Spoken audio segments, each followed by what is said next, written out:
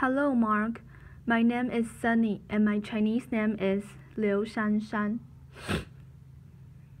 My student number is S06411035. I major in English, and I'm a freshman. The speech I'm going to read today is What I Learned as a Prisoner in North Korea by Euna.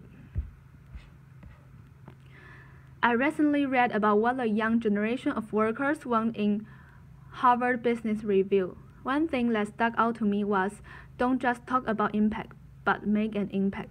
I'm a little bit older than you, maybe much older than you, but this is exactly the same goal that I had when I was in college.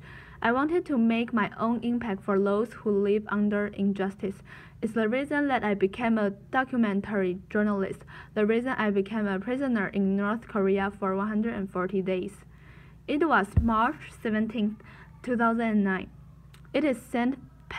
Patrick's Day for all of you, but it was the day that turned my life upside down. My team and I were making a documentary about North Korean refugees living below human life in China. We were at the border.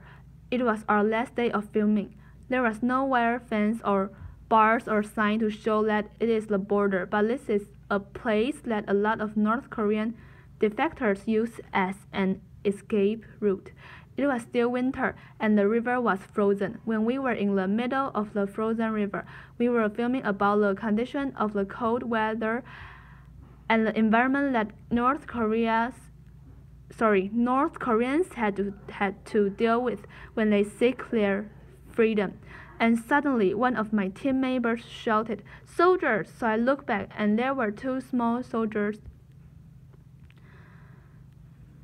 in green uniforms with rifles chasing after us. We all ran as fast as we could. I prayed that please don't let them shoot my head, and I was thinking that if my feet are on Chinese soil, I'll be safe. And I made it to Chinese soil.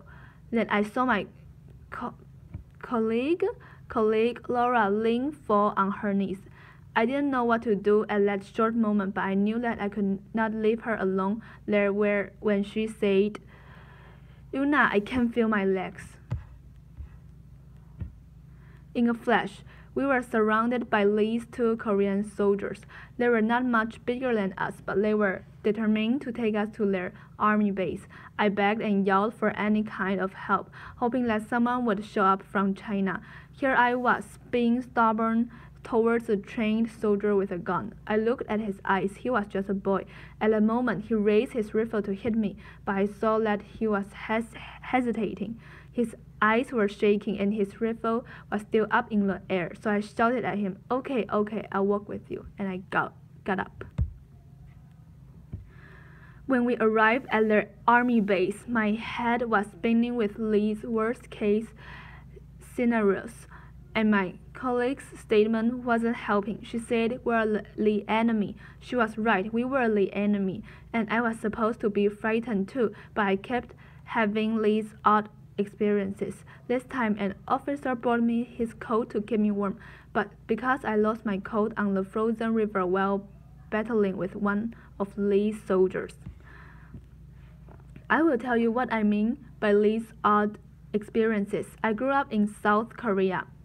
To us, North Korea was always the enemy, even before I was born. South and North have been under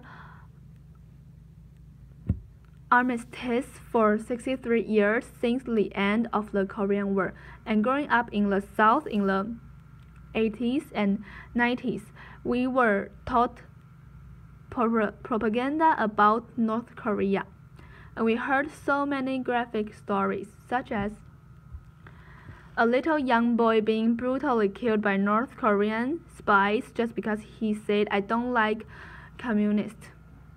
Or I watched this cartoon series about a young South Korean boy defeating this fat big red pig, which represented the North Koreans' first leader at the time.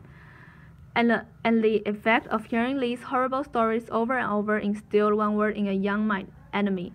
And I think at some point, I dehumanized them, and the people of North Korea became equated with the North Korean government. Now, back to my detention. It was the second day of being in a cell. I had not slept since I was out at the border. This young guard came to my cell and offered me this small boiled egg and said, "This will give you strength to keep going. Do you know what it is like receiving a small kindness in the enemy's hand?" Whenever they were kind to me, I thought the worst case was waiting for me after the kindness. One officer noticed my nervousness. He said, "Do you think we were all these red pigs?" Referring to the cartoon that I just showed you. Every day was like a psychological battle. The interrogator had me sit at the table 6 days a week and had me writing down about my journey, my work, over and over until I wrote down the confession that they wanted to hear. After about 3 months of detention, the North Korean court sentenced me to 12 years in a labor camp, so I was just sitting in my room to be transferred. At that time, I really had nothing else to do, so I paid attention to these 2 female guards and listened to what they were talking about. Guard A was older, and she studied English. She seemed like she came from an affluent family. She often showed up with these colorful dresses and then loved to show off. And Guard B was the younger one, and she was a really good singer. She loved to sing Celine Dion's "My Heart Will Go On," sometimes too much. She knew just how to torture me without knowing.